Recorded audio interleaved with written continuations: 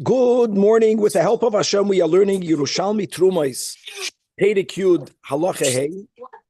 We're learning today that Tzadik Hey Mamish on top of the Amid called God of Shemachzik Sosayim. So let's quickly go back to Halacha Hey in the part where the Mishnah was speaking about brine that was produced by both non-kosher and kosher fish. I know that the Gemara spoke about what would be the status of the fish. We're speaking about two different fishes, kosher and non-kosher, that were being pickled together. And the focus in the Mishnah is what will be the status of the brine itself. And as we mentioned when we learned the Mishnah, that all types of liquids or juices that are extracted from a fish, kosher or not, through the process of pickling, that juice is called Zeya Ba'alma, which would mean that Mida Oiraisa, even if it only came from non-kosher fish, it would not be prohibited to consume. Yes, it's Asur Midrabanan, but being that it's only an Isur Midrabanan, as an example, even the Tana Rabbi Yehuda that generally holds Min B'minoi Eino Batal will agree that this brine will be batal, meaning if the quantity, if the amount that came from the non-kosher is so much less than the quantity that came from the kosher, it's going to become nullified. And the shiyurim that we had in the Mishnah are very unusual shiyurim. Normally, as we know, for you to affect bittul, midoy raisa, as a rule, majority is enough. Batal beroif. You have, when it comes to the tam of an isur, midrabanan, you have to have generally shishim against one. And then that is no longer going to be nois and tam, the share of 60 to 1. We mentioned that by truma and arla and kili akerem min beminoi, either 1 in 100, 1 or 200. And yet we have in the Tanakam and the Mishnah, when it comes to this brine, that he didn't write the number explicitly. That's something that we'll begin today's share with.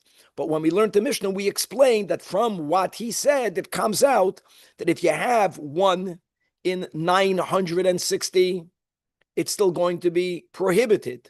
But that's the end of the line. And if it's going to be, let's say, 1 in 961, then it's going to be permitted. Now, just to make sure that the Mishnah is learned consistently, even though it's not going to be so clear in today's Gemara, but the first part that I mentioned, that's clear, that the Tanakama that gives the share that the Gemara is going to say today is 1 in 960, just to know what that share means, that's not like 160. That's like 1 in 59. If it's 1 in 960, it's still usher. Only if the kosher zeya vis-a-vis the non-kosher zeya, you have 961 to 1, then the non-kosher brine will become nullified. Again, that's clear. The next, for me, is not that clear, but I want to learn the Mishnah consistently. The Tana Rabbi Yehuda was a lot more lenient. He says that you only need to have a ratio. And here again, the Gemara today is going to come to the number of 192. The way I understand, 192 means that if it's 1 in 192, it's still usher. When is it mutter? When it's 1 in 193. And the final shita in the Mishnah, which again is the most lenient, is that all that you need is 1 in a 16th. 1 in 16. And here again, just to be consistent, that would mean that 1 in 16 would be the end of the Isser. But if it's 1 in 17, notice if the amount is even less, then it's going to become mutter. And coming back to the beginning, to the 1 in 960, and as we mentioned at the end of last year, that's the expression that we find sometimes in halacha. Afilu be'elef loy batal, we will actually learn a case. There'll be two ways of understanding the case, in which the halacha will be, you have to have echad be'elef. Those were the words of the psak. Even though he didn't mean dafka echad be'elef, what he really meant is that if you'll have 1 in 961, it will be batal, based on the Mishnah that we just had. Me'inyan le'inyan. Nevertheless, the expression is echad be'elef. Okay, we're going to also have a very important discussion, Bishitas Rabbi Yehuda, that holds that the ratio is 1 in 192. Here's the question. 1 in 192, including the kosher fish? Or can you not include the kosher fish in the share of 192? Or if we're going to say that you have to have 193 against 1 for you to be allowed to eat the brine, Is it with the fish or without the fish? And I'll tell you why perhaps it should be without the fish, because since, as we mentioned, we're speaking about fish that are whole, yes, we said they absorb and they expel, and that's it. So how can they be used to nullify the taste of the brine from the non-kosher fish if there isn't any mixture with the whole kosher fish? That would be a logic why you should not be allowed to include it. Really, it will be a machlokes hameroim, and the only reason why we will be allowed, yes, to include the fish is because, like we just mentioned, really, midairaisa, the brine, even pure brine from non-kosher fish, is going to be mutter, and therefore we are able to be very lenient. Now, we're going to conclude today's daf. It's a small daf, but we're going to go and we're going to discuss two completely unrelated topics. And we're going to get into it because the Gemara uses the expression of a ilah. The word ilah means a pretext. The word of pretext means, we all feel many times in life, someone gets angry at you and they give you the reason, and that's not the real reason. They're using that as a pretext. And we're using the concept of a pretext in a heter, that when a certain heter was given and the Chachamim gave you a reason why they're being lenient, we knew when we heard that the reason what they gave is only an ilah. That in itself would never be enough. And more than that, that reason is not even the primary reason. There's something else underneath all of that, which is already directing this shaila litzad hetera, and they found the ilah to be matir. Or there's a certain necessity, and guys, make no mistake, especially when it comes to rabbinic law, that there are certain necessities that led the Chachamim to give certain Piskei Dinim. When they established the calendar, the main reason why they would add an extra month is because the month, the Chag HaPesach has to be after the equinox. We get that. But we learned other reasons, secondary reasons. It snowed a lot in the winter and the bridges were not fixed yet, and Yidden who are going to be oil regel will have a hard time coming to Yerushalmi, or you don't have enough animals for the Karban Pesach. That's a practical reason. So there are certain practical reasons why they want it to be matter. We're going to have a very interesting shaila concerning a avodah zarah question and goyim worshiping rivers as an idol. Now, I know we learned about this in Masechtas Avodah Zarah, and we're going to go over the rules. We will also be learning about goyish names that are signed in a get document. And when is it that we are allowed to say that even though the names appear to be non-Jewish names, we can presume that they were Jews? We're going to have, that's a very interesting topic, and all of that, that's where the word ilah is going to be used, that they were lenient, but there was the reason that they gave was just a pretext, but there's some more important reason. And then we're going to conclude the Mishnah in Halacha Hey by going to the second part of the Mishnah that speaks about the status of brine that was produced from kosher and non-kosher grasshoppers. And there we learned even a greater leniency, that the Tanakama said that only if it's pure juice of non-kosher grasshoppers is it asur midrabanan, but if it's mixed with any amount of juices from kosher grasshoppers, it's already going to be mutter. And then we had Rabbi Zajac that said even more lenient, that even if it's not mixed with anything, and he used the words, it's tahar. And the word tahar doesn't only connote kosher, for that you write kosher, or you write the word mutter, but the word tahar also, he is being manamis something concerning the dinim of tum and tara, and that will be today's daf, and that will conclude the whole halacha. So let's first begin with the numbers. So the Tanakama spoke about the brine. Again, the brine is being produced by both kosher and non-kosher fish. The Mishnah wants to know whether afterwards, when you remove the fish, can you eat the brine? So the Mishnah said that kol gorav shemachzik sosayim, any barrel that contains 2 saw. Now, saw is a volume measure. And in it, you have non-kosher fish that weighs, let's speak about the Judean zuz. If that's the ratio, then it's asur. If it's a little bit more diluted, then it's mutter. The first thing is, that's a big klal, Aviv. When you are giving shiurim, sometimes we focus on weight. Sometimes we focus on volume. But you cannot mix two together. You can't play blackjack and 21 at the same time. You can't do that.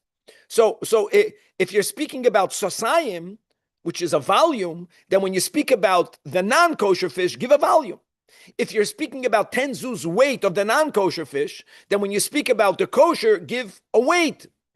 You understand? It's not consistent. That's the Gemara's unspoken question.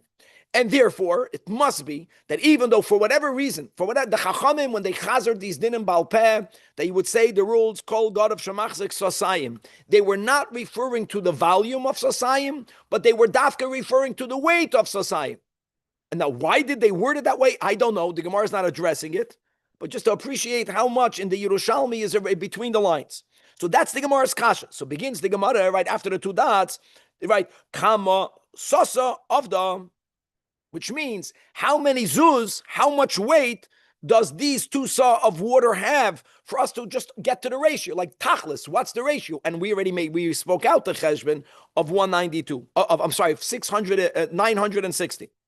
So the Gemara says, and here we have to follow the brackets, not the parentheses, that esrim ba'arba lugin. First of all, we already know that one saw is comprised of 6 kav, right? Every kav is comprised of 4 loig. So every saw has 24 loig. So before we get to 2 saw, we're going to cheshbon what's the weight of 1 saw. But instead of the Gemara speaking about 1 saw, it's speaking about 24 loig. Why are we speaking about? Why don't you just go directly? Because mastame, it was easier to weigh a loig. So, and then you do that times 24. Kama luga of it. How much does 1 loig weigh? Tartin litrin, 2 litra, which means that if you take 2 times 24, because there's 24 loig in a saw, so a saw of water weighs, shkoyach, 48. Now, become a litra of the. Now let's go to the litra. How much does every litra weigh? Meyozinin. Let's go with the word zinin. According to some, it means zuz, which would mean, we're trying just to make the measurements consistent, that a saw of water weighs 4,800 zuz. Now double that to get 2 saw, which means 2 saw weighs 9,600. That's the 960. You got it? So now we get it. Nimtza kol zin v'zin achas mitsha meyois v'shishim. And again, this is clear. Here it's clear that when the Mishnah is telling you the shear, the Mishnah is telling you when it's still prohibited. The Mishnah says that clearly. In other words, even if the quantity or the weight that's coming from the non-kosher is so minute that it only represents 1 out of 960, 1 in 960, it's still usher. For it to become mutter, you have to have 1 in 961. Gewaldig. Well, who told you 5? In other words, 10 zuz, Judean zuz, out of 9,600 zuz. That's the ratio of 1 in 960, which is usher. And now here comes the vart. So says the Gemara, Hoyre Rabbi Yosi, Berebi Bun. Now the word Ba'achbara, Machloikis, what that means. The first pshat is Ba'achbara is a name of a place. That what? According to this pshat, that there was a case where they took a pickled kosher and non-kosher. Accidentally, a little bit of non-kosher fish went into the barrel. And they wanted to know what to do with the brine. In other words, a halacha l'maisa case of the Mishnah came to Rabbi Yosi, and he paskined that it's permitted. Why? Because when he made the calculation, he saw that it was chad le'elef, bittul be'elef. That's one way of, first of all, just the expression of echad be'elef. That's here. Another pshat that others learn, that ba'achbara actually means a mouse. Now, I want you to know the following. When it comes to most of the little creepers, shratzim, v'ramasim, we know that they may not be eaten, and there are many lavan that one violates. But if you remove the be'en, a person is having soup. What happens if you find a mosquito in your soup? So, first of all, the berry itself is never going to be bottle. But you're going to remove it. Once you remove it, b'chlal, there's no issue with the tam, because noisen tam levgam. But that's by a little bug, by a fly. By a mouse, it appears, if the achbara means a mouse, is that we're not saying that whatever comes out of the achbara, which would be disgusting for me, is halachically levgam. We're not saying that. That there was a shaila, that there was an achbara, the achbara fell into a pot of something. Obviously, the achbara was removed, because if not, you can't eat it, because a berry is not bottle. The issue was only in the tam. And they said, very luchumra, like our Mishnah. But why was he lenient with the food? Because chad la'elef. Because there was one in a where, in other words, he found this that Rabbi Yossi went throughout the whole Shas, and he was looking for where do we find by the Tanoim the most stringent level of bittul needed. Here, that's it, Trumas Pedikut, and he applied it to the Achbara. So whichever way you're going to learn it, just to know, at least the words chad le'elef, echad be'elef is here in our Gemara. Okay, so that's Shita number one. Rabbi, yes, sorry, just to clarify, in summary, is this echad be'elef, whatever, 960, is that only the case of fish brine and fish brine, or is it some other case of min b'minoi liquid all, thing? So again, if the word ba'achbara, the way many learn, meant a mouse. And I'll tell you more than that. A mouse is not even min b'minoi. So you would argue by a mouse, let it be a bittul b'shishim. I don't know the answer for that. But if ba'achbara means that when it came to a case of a mouse, that it was batal chad be'elef, that's huge, Danny. That means that we do apply it to other cases, and you made a good point. Meila bayos, it's min b'minoi. Here it's min b'sheh achbara. What fell into kosher? There's no such thing as a kosher achbara. Like why? Either they took the mouse out. If they didn't take the mouse out, l'chayda it's a beti. L'chayda beti doesn't have a bottle. So achbara is not a davar chashuv. Depends. For my wife, it's a davar chashuv. For us, ich weiß nicht. Yakir is saying something because we all had an experience how big people are so afraid of a little mouse. It's amazing. Okay. Then we blame it on the wife. Now we're moving on to the next Tana.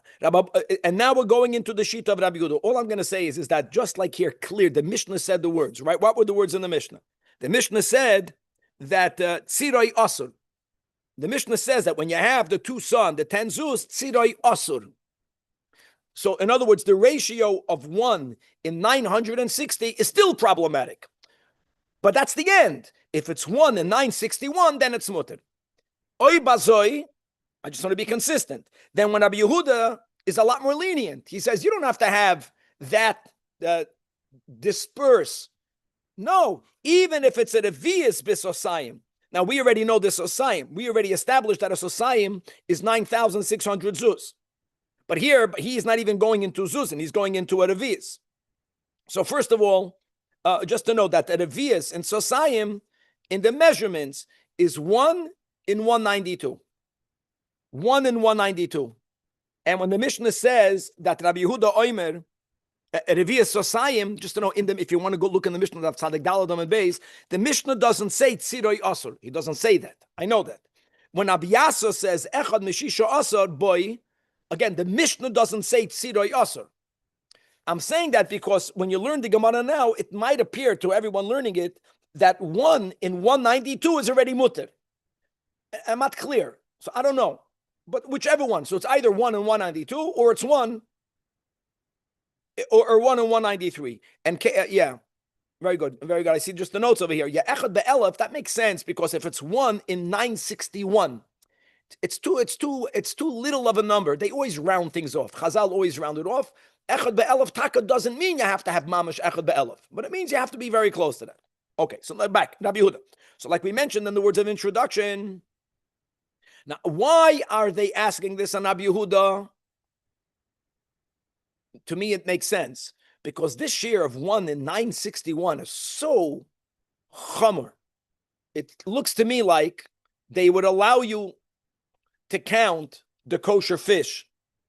Because even if you were to exclude the kosher fish, you still have a lot more kosher than non-kosher.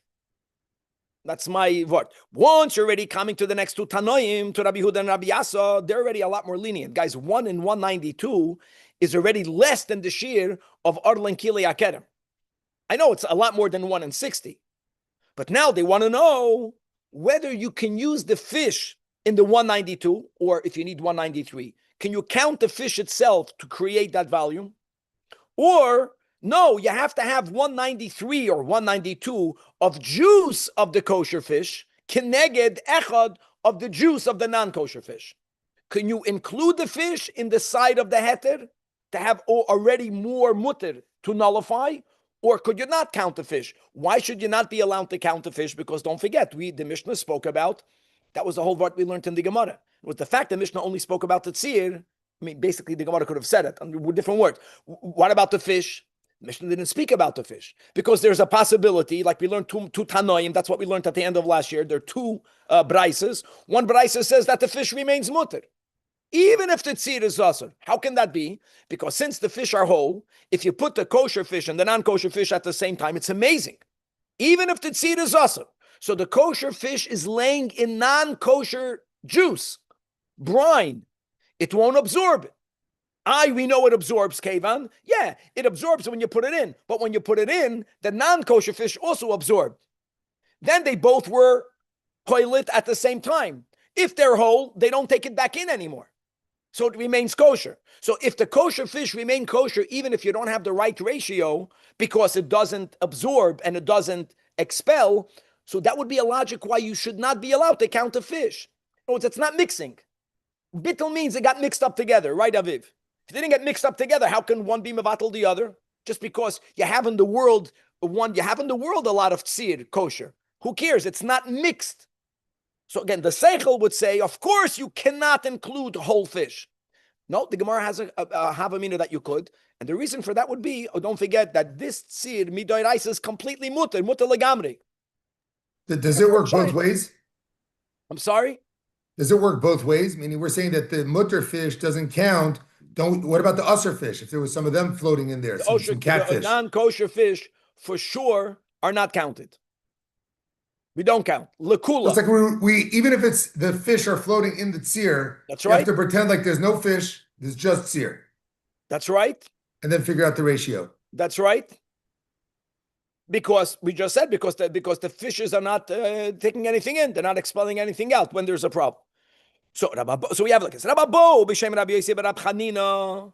He is the one that holds lechumra that roi vatzir has to be besosayim only of tzir.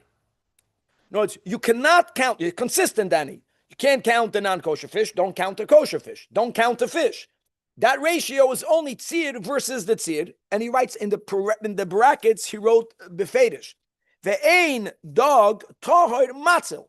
You cannot use the dog tahor.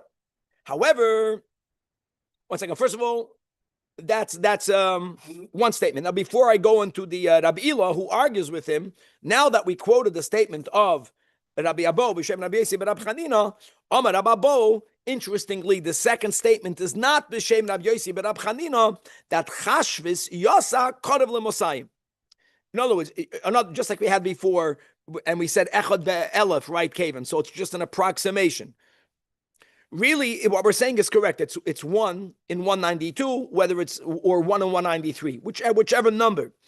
It's Korav Lemosayim. Okay, so first of all, but Korav Lemosayim of what? Of the tzir. Rabbi Ila b'shem Rab Shimon ben Chia, I disagree with you, Rabbi Bo, and I will tell you that Tana Rabbi Yehuda Roi Vatzir.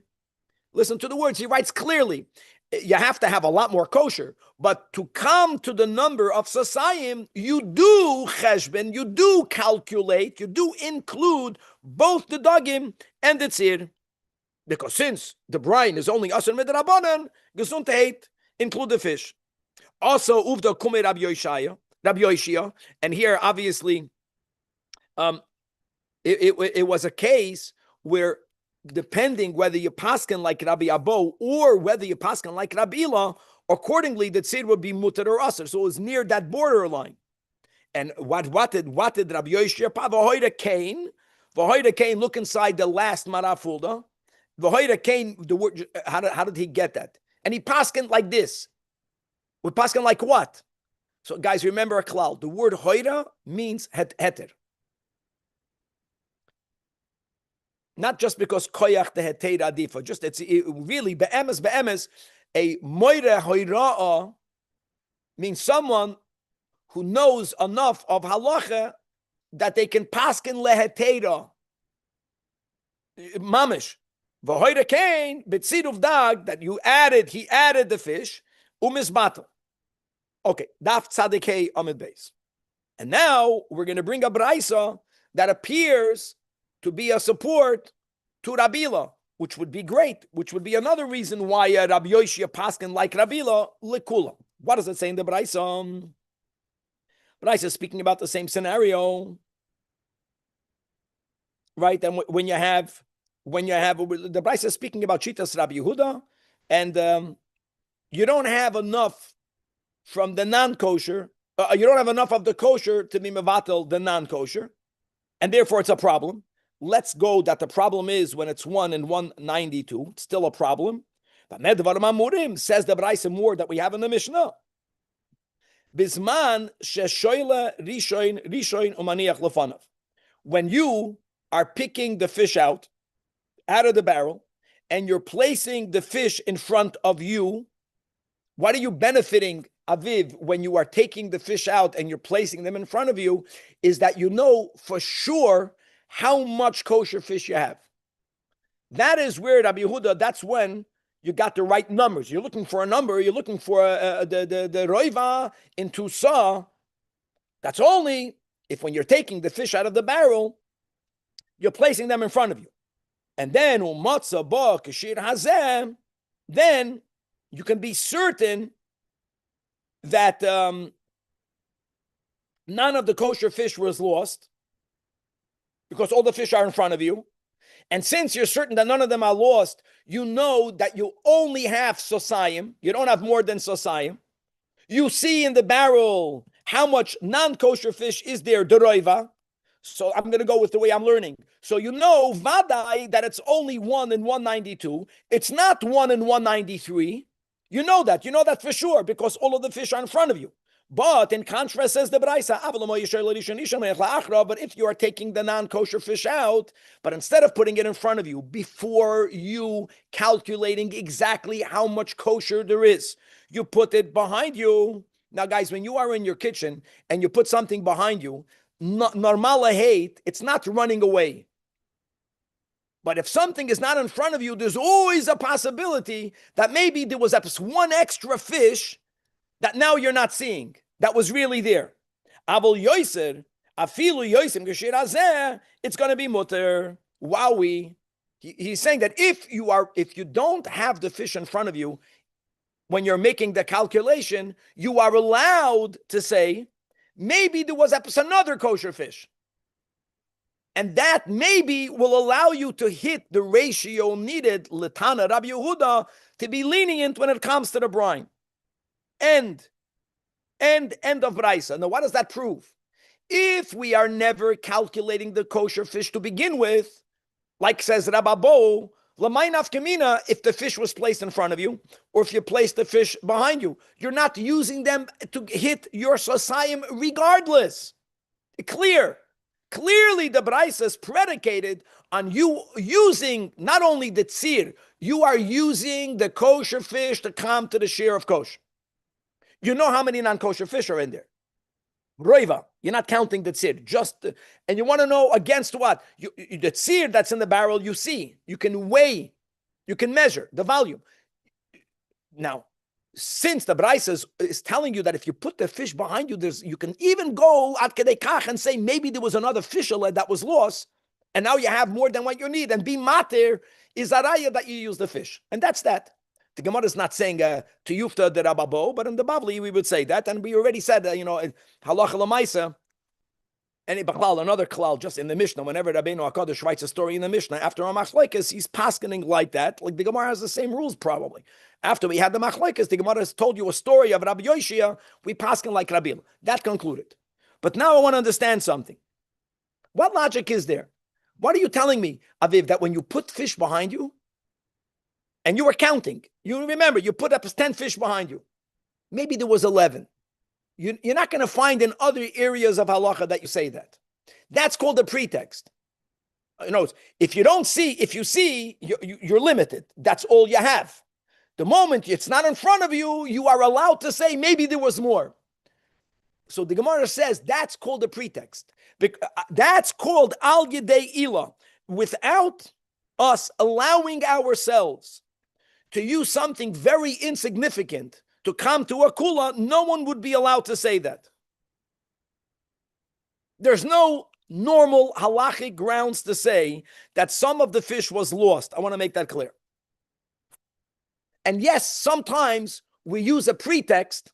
We use the most minute improbability to come to a kula, because underneath it all, to begin with, we should be lenient.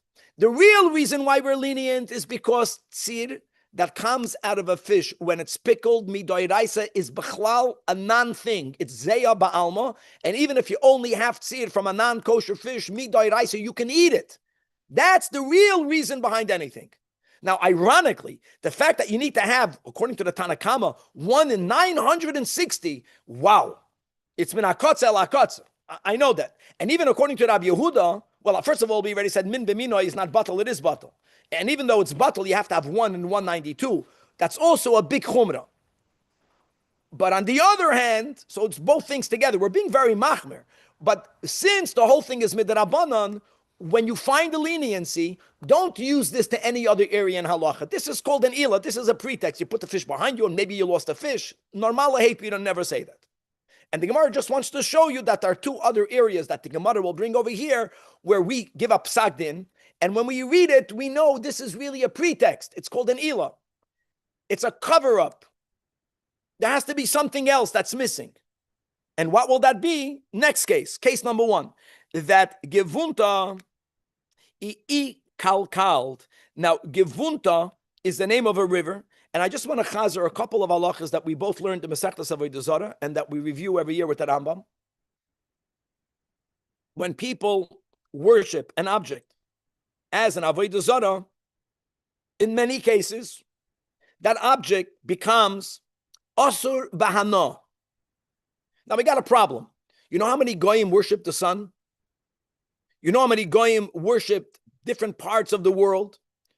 Well, first of all, if the halacha would be that it becomes asur, it becomes asur, but that's not the halacha. The halacha is that if they worshipped ground or something that's mechuber to the ground, something that is bechlal not affected through human hand, they are unable to imbue into it the tuma or the status of an avodah zarah. That is a Mishnah. Then the Mishnah writes, now what I'm saying now is something very unusual. If, when it comes to a river, Goyim used to worship rivers, which would be a problem. It's not a problem because there's no human touch on the river. But if they were to lift the waters of the river, they would have lifted it up, and then the waters would have fallen back down, at kedei kach. So there was a certain human hand effect on the waters in the river, and then they bow down to it, shtal zechvar, that becomes asur. You mean lift the water up? What was that? You mean lift the water up? You mean like a new man-made water? Man-made lake. We view it as a body, a nature that was already touched by human hand. You mean if they put a dam in front of it, let's say? Yeah. They took a cup, they picked it up, they poured it back in, and they bowed down to it. But what's the difference between a river where it has a maim chaim to something that mechubar lakarka? It's the same idea. So that's another point. Like, in other words, why don't we say that they worship the waters? Those waters are not here anymore. I don't know, but we say that those rivers, that river becomes us. But they didn't do that, unless you know that they did that. The Greek gods had decided. They didn't lift up the waters. I know in Brazil, in Rio, they put their Ovid Avodah Zarah over there. They put gifts in the Copacabana beach, but they don't lift anything. They're throwing a million flowers. A lot of things that these goyim do come from Avodah Zarah, whether they know it or not. So that was the issue. The issue was that the river of Gevunta, it became corrupted. This word kilkul in here is referring to the fact, as they all comment, that goyim worship the river. And now, Shal Rab Chagai Rabba Bar Zavda, do we have a problem? No, do we have to be afraid that what? That some of the waters of this river was partially detached. And then the halacha will be that all of it is asur. So Amalei responded, Davar shel Rabbim ein nesar, that something that belongs to the Rabbim cannot become asur. There are 2 complete different ways of understanding this Gemara. and this really has to bring you back to this whole topic in Masechtas Avodah Zarah. One approach is Ein Adam Oiser Davar She'eina Shaloi. That's one way of saying it. What I'm saying now has a lot of exceptions, right? When the Mishnah over there in Avodah Zarah spoke about why isn't the sun Asur, the Mishnah doesn't say because Ein Adam Oiser Davar She'eina Shaloi. But let's go with one way of understanding it, and let's go with this, and then we'll read it again according to the Manafulda. Now, and therefore, since a person cannot prohibit something that does not belong to him, therefore the waters are okay. On this, says the Gemara, when we heard that heter, we know it's really al yedei ilah. And I'll tell you why it's called an ilah. I mean, that cannot be the real reason.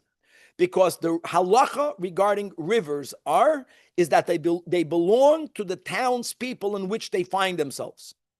And if the goyim who worship the river, they were townspeople, they do own the water, not by themselves. So be'emes, this heter doesn't exist. He said that that's called an ilah.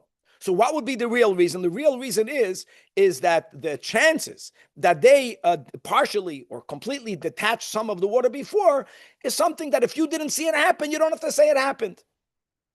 It's a far-fetched thing. That's one way of learning the Gemara. Then we learn the Gemara one more time. You have enough time, a whole different way. So when Rabbi Bar Zavda answered that Davar Shal Rabim Eina Nesa, look inside the Mara Fulda, around 7 lines under the Gemara. Under the Gemara. Divrei HaMaschal, Ein Davar Shal Rabim Asad. Iker Davar Shal Rabim Shekol Ha'olam Tzrichem Lohu. Va'afilu behegdish u'ba'avodah zarah Ein koyach le'asad Davar Shal Rabim. In other words, it's a practical thing. Like the sun. What are you going to say? That we can't benefit from the sun? The world needs it. And similarly, when it comes to these bodies of waters, that the whole city was living off these waters, that's the meaning of ilah. We got to find a heter. Whatever, it doesn't even, it's mutter. And Fakert, he was saying that I'm going to find a heter. He didn't even say what the heter is. He's saying, I'm going to find a pretext, because you can't go ahead and say the whole waters is an Avodah Zarah. Remember, the majority of the city, let's say, worship Avodah Zarah. The waters belongs to them. And don't you say by the majority, everything is... I don't think it has to do with majority. Avodah Zarah doesn't do with the majority. I would say that if Jews need that water, the Chachamim would find an ilah to be matir it. And I want you to know that this is something you need to have shimish for. But I see this. I know I shared the story many times. There was a family that became more connected to Yiddishkeit in Sacramento, and then they discovered that they never had a proper gear, and they moved down over here. They made a real gear with the RCC, and they moved into my brother-in-law's, to Rabbi Levine's community, and they had a daughter that had a handicap. She had something in her throat that did not allow her to go to the mikvah. So they had a child that was unable to do a tefillah. And then that family, after they all became a Yidden Kahalacha, one of them passed away, a child passed away, a tragedy. Then many years later, this handicapped girl passed away. So it's natural that the parents wanted to bury her together with her sibling, right? The problem is that she was not Jewish. And you're not allowed to bury a non-Jew in a Jewish cemetery. Remember, he called me up and he told me, I'm going to bury her. And you go find a heter. And we got two Rabbanim that were mated for very different reasons. That's the meaning of ilah. There's certain scenarios where you have to say it's okay. Same thing here with the tzir. I'm going back. I'm not comparing one case to the other. That sometimes the chachamim, they know when to say it. Now, you have to be this is very dangerous. We're learning Gemara amongst Hamish people. Ein lo davar soif. Everyone, when it's negea to them, they say, I need a heter. You find a heter. Shkoyach. So we are speaking from our ego, from our nefesh habahamis. But the chachamim, they also understood that there are times that you have to find a heter. And that's the greatness of a Rav, when they have that understanding that this has to be matir, of course, kahalach. The other case was Rabbi Yaakov bar Zavda Amar, the following, that Rabbi Yitzchak was living in Eretz Yisrael, and there were people who got divorced, and their document of the get was given in Chutz La'aretz in Bavel, and when they took a look at the get in Eretz Yisrael, which, by the way, nowadays, no Beis Din will ever give a get, not to the man, not to the woman, because they don't want for people that are taka learned to look at the get and to find issues with the get, because if they taka will find an issue with the get, it's going to chop that the get was not a get, and especially the woman, if she gets remarried, her children are mamzedim. A Beis Din will cut up the get, they'll never give it to anyone, and they're going to give a letter, a Maisa Beis Din, to the man and to the woman. But in those days, it didn't work that way. They cut up the get for no one to be able to use that document, but people had the get. And he looked into it. Ve'ilin igeros. This igeres is an igeres shavukin, piturin, a get.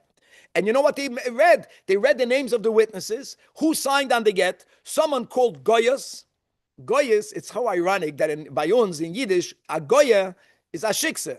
But Goyas was a typical Goyish name for a non-Jew, and Lucas. So they looked at a get, and they saw the names of the Eidim were Goyish names. Goyas and Lucas. Ksivahem. Now you got a real problem over here. What are you going to tell me? That maybe the witnesses were Goyim? I know, the Mesira Karte, whoever remembers, the Chasima Karte, we don't want to have non-Jews signing in a get. You got a big problem here. And right away he was matir. And nevertheless, right away, no, it's okay. Ali de ila. The ila is, once a woman was given a get in a Beis Din, of course, we're speaking about a proper Beis Din, we have a given. That get cannot be puzzled. We got to find an excuse. Now, what was the excuse? Here we do have, because we had the sugya also on the bottom. It's fascinating. Look inside the Mara fold on the bottom. Peter Shiksha al Tanya, the mai komatni. Even by really surim, that came in the Sayam, and a name called Goyis or Lucas, the Heim Shemus Goyim, and Vafila Hachik Shedim, as we write Befedish, Behedya B'Shas Zen, it means in Talmud Yerushalmi, Bereish Pedik Kama de Gitin, you see Rab Shloime, you see it doesn't say a daf. Halacha Aleph. In the Yerushalmi, they're only Rabbi Yechanan, Goyis Velukis, Ksiv on, Vafila Hachik Shedim. And why is that? Even by a get, yeah, because once a get was given, you need to find an ilah. What's the ilah? El the ilah. It's maybe Jews also have Goyish names, and they were mated it. And by the way, says the Mara Fulda, no, it doesn't say it over here. The Gemara says it in the Bavli, that this ilah was only given to Jews that live in Chutz La'aretz. That Jews that live in Eretz Yisrael, we wouldn't say that maybe they had Goyish names. They didn't know of the current Zionists, the Talmud Bavli. Today in Eretz Yisrael, tragically, many Jews also have Goyish names. But Bisman Ehem, such a thing was Shaloi Benimsa. Even in Bavel, for you to have a Jew that goes by Goyis or Lucas, we don't have such a thing. But Al Deila, okay, Mela, they live amongst the Goyim, so they give themselves Goyish names. How great is that? Okay. And Stam V'Kanamokim, that people should start using the Jewish names, and even though it might be very difficult for people who got used to not using it, certainly Mikano Lahaba, people that have children should call their children by the Yiddish names. And B'chlal, you don't have to give them Goyish names. The Yiddish name can be in the password also. Okay, hey, Rab Tzaddik. Now, the last thing in the Mishnah was the same thing with Chagavim, and that the brine, imagine, of the Chagavim, here were completely lenient. Either any amount of kosher juice is matet all of the non-kosher juice, and then Heyed Rab Tzaddik al Tzir Chagavim, that even if they're not mixed at all, even though they're coming from Chagavim to Meim, that those juices pure are tahor. Now the Daf Tzadik Vav, just to remember, guys, if the issue is only Isser Veheter, we don't say the word tahor, we say the word kosher, or we say the word muter. Tor means not only is it kosher, Mao Tor fragt die Gemara to tell you another din. Tor means tum and tara. That means it's even Tor. Now, what does that mean? There's two things. So, yes, Tor mila hachsher. What liquids are able to make all other products susceptible to becoming tamei, yad, shachad, dam, the 7 liquids, not juices from grasshoppers. That's the only reason why Rabbeinu HaKadosh is quoting that we always said Balpeh, Tor, which is beyond kosher, Tor milahachshin, aber, now litame is with a chirik, but it's considered a juice. And just like foods are susceptible to acquiring tuma, liquids also acquire tuma. And don't think that it cannot acquire tuma. Of course it can acquire tuma. Halitame, Afilu kolshu, even in the slightest amount, yes, mitame, umikan, just hom machlekes, whether lekula alma, to impart tuma, you have to have a kibetza or a devis, to impart. To acquire tuma, you have a machlekes rishonim. Here in the Gemara, clearly, we're speaking about liquids, that, first of all, just to make it clear, it's, of course, it could become tamei, but there's no minimum share. Afilu kolshu is mitame, clearly over here. Rabbi, what's the reason there's a difference between chagavim and fish? In other words, brine? the juices from chagavim are even less significant. It has to be that way. It's less significant. I don't know why. You have to taste it. You have to be toying it. I would even argue that fish is fishy. You taste fish. Sounds like, yeah. That maybe the chagavim juices don't even taste like chagavim. Maybe Danny. No, it's not such a strong taste. And therefore, what? Why would and therefore, since non-kosher chagavim non-kosher fish? If it doesn't have the time of its source, it's probably. Yeah, but didn't we say also that the non-kosher fish juice midaraisa is also okay? Correct. You're making a good point, but nevertheless, midarabanan, you need a huge amount for bittul. By chagavim, even the most lean, even the chomer opinion gives you just any amount. I get it. It must be less significant. It's less significant. Did anyone ever here have chagavim juice? I never had it. I had fish juice. Here you see, it's not.